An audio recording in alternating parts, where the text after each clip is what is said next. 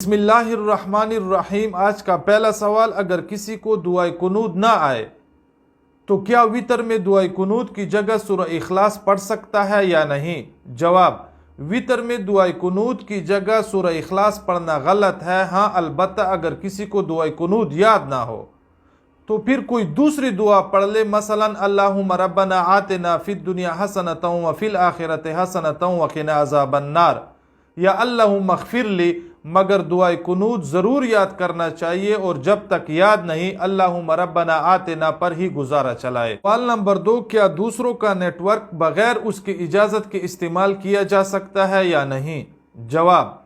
کسی دوسرے شخص کا نیٹ ورک کنیکشن کسی سافٹ ویئر کے ذریعے ہیک کر کے یا پھر کسی دوسرے ذریعے سے اس کا پاسورڈ معلوم کر کے اس کے مالک کے بغیر اجازت استعمال کرنا جائز نہیں۔ سوال نمبر 3، اگر کسی کو کوئی لڑکی پسند آ جائے تو کیا اس کو بذات خود نکاح کا پیغام بھیج سکتا ہے یا نہیں؟ مسنون طریقہ کیا ہوگا؟ جواب: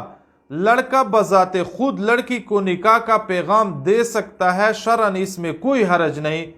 مگر بہتر یہ ہوگا کہ لڑکا اپنے کسی سرپرست کے توسط سے نکاح کا پیغام بھیجے، خصوصاً ہمارے معاشرے کے ماحول کے مطابق، جہاں اس بات کو معیوب سمجھا جاتا ہے اور اس سے لڑائی جھگڑے اور فساد کا اندیشہ ہوتا ہے۔ سوال نمبر 4، شوہر اپنی بیوی سے کتنی مدت تک دور رہ سکتا ہے بیرون ملک میں؟ جواب: شریعت مطہرہ میں میاں بیوی کا ایک دوسرے سے دور رہنے کے لیے کوئی مدت مقرر نہیں۔ اب جتنا عرصہ شوہر اپنی بیوی سے دور رہے گا اس کا نکاح کے اوپر بھی کوئی اثر نہیں پڑتا۔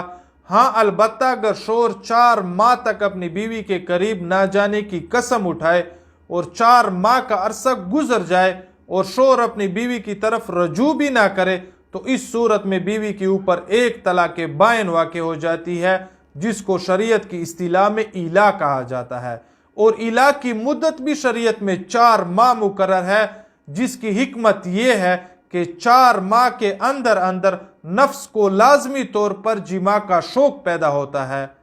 اور اب اگر کوئی شخص اپنی بیوی کے ساتھ ایلا نہ بھی کرے تو بھی اس شخص کے اوپر اپنی بیوی کے حقوق ادا کرنا لازم اور ضروری ہے، اور اگر یہ شخص اپنی بیوی سے بغیر کسی شرعی عذر کے اتنی طویل عرصے تک دور رہے گا تو اس سے نکاح کی مصلحت فوت ہو جائے گی، اور نکاح کی کئی مصلحتیں ہیں، جس میں ایک مصلحت یہ بھی ہے کہ زوجین میاں بیوی آپس میں ایک دوسرے کے حقوق ادا کریں گے، اور اصولی بات یہ ہے کہ جتنے عرصے میں بیوی کے خیال میں فساد آنے کا اندیشہ ہو اس وقت تک بیوی کے حقوق ادا کرنا لازمی اور ضروری ہیں، اور اتنا طویل عرصہ اپنی بیوی سے دور رہنا یہ کس قدر بھی مناسب نہیں۔ اس وجہ سے تو حضرت عمر رضی اللہ تعالی عنہ نے عمومی طور پر اپنے فوجیوں کی تشکیل 4 ماہ کے لیے مقرر کی تھی، اور اس کا مسئلہ انہوں نے اپنے گھر والوں سے پوچھا تھا کہ ایک خاتون ایک بیوی اپنے شوہر کے بغیر کتنی مدت تک اور کتنے عرصے تک گزارا کر سکتی ہے، تو یہ 4 ماہ کا مسئلہ یہ حضرت عمر رضی اللہ تعالی عنہ کے دور میں آیا تھا، اور ایک رات حضرت عمر رضی اللہ تعالی عنہ گلیوں میں گشت کر رہے تھے کہ کسی گھر میں ایک خاتون کی آواز سنی جو کہ اشعار پڑھ رہی تھی، تو اس کے اوپر حضرت عمر رضی اللہ تعالی عنہ انتہائی افسردہ اور غمگین ہوئے، اور فوراً اپنے گھر جا کر اپنے گھر والوں سے اس مسئلے بارے دریافت کیا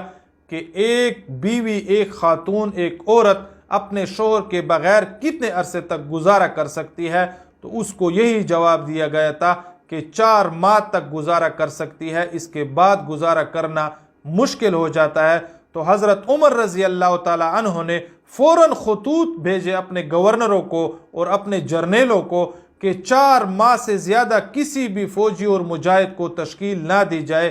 تو اس کا مطلب یہ ہوا کہ 4 ماہ سے زائد کا عرصہ اپنی بیوی سے دور رہنا بغیر عذر شرعی یہ کس قدر بھی مناسب نہیں ہوگا، اور جو یہ باتیں میں نے کی کہ بیوی کے لیے گزارا کرنا مشکل ہوتا ہے، یہ صرف بیوی کے لیے نہیں بلکہ یہ خاوند کے لیے بھی گزارا کرنا مشکل ہوتا ہے، اور خاوند تو مرد ہوتا ہے، اور مرد تو زیادہ فساد اور فتنے میں مبتلا ہو سکتا ہے۔ اب اگر کوئی شخص بغیر شرعی عذر کے اپنی بیوی سے 4 ماہ سے زائد کے عرصے تک دور رہے گا تو یہ مناسب نہیں ہوگا۔